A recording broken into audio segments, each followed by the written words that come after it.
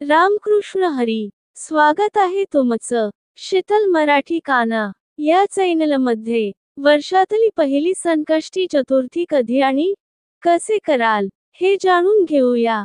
संकष्टी चतुर्थीचा पूजाविधी. प्रत्येक महिन्यातील कृष्ण आणि शुक्ल पक्षातील चतुर्थी तिथी ही श्रीगणेशाला समर्पित आहे. पौष महिन्यातील संकष्ट चतुर्थी ही तिल संकट या नावाने ओळखली जाते. या दिवशी विधिवत पद्धतीने श्रीगणेशाची पूजा आणि व्रत केले जाते. जाणून घेऊया जानेवारी महिन्यातील संकष्ट चतुर्थी कधी आहे. पूजा विधी आणि तिथीविषयी. संकष्टी चतुर्थीचा शुभ मुहूर्त.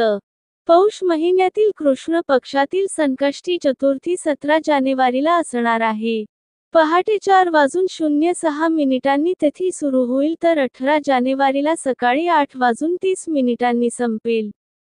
संकष्ट चतुर्थीच्या पूजेचा शुभ मुहूर्त सकाळी 5:27 पासून ते 6:21 पर्यंत असेल.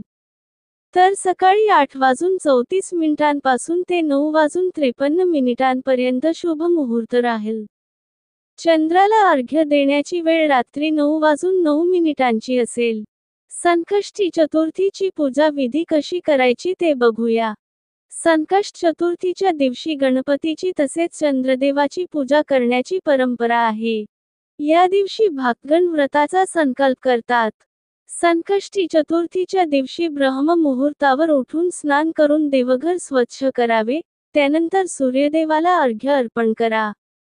पाटावर कापड पसरून गणेशमूर्तीची स्थापना करा.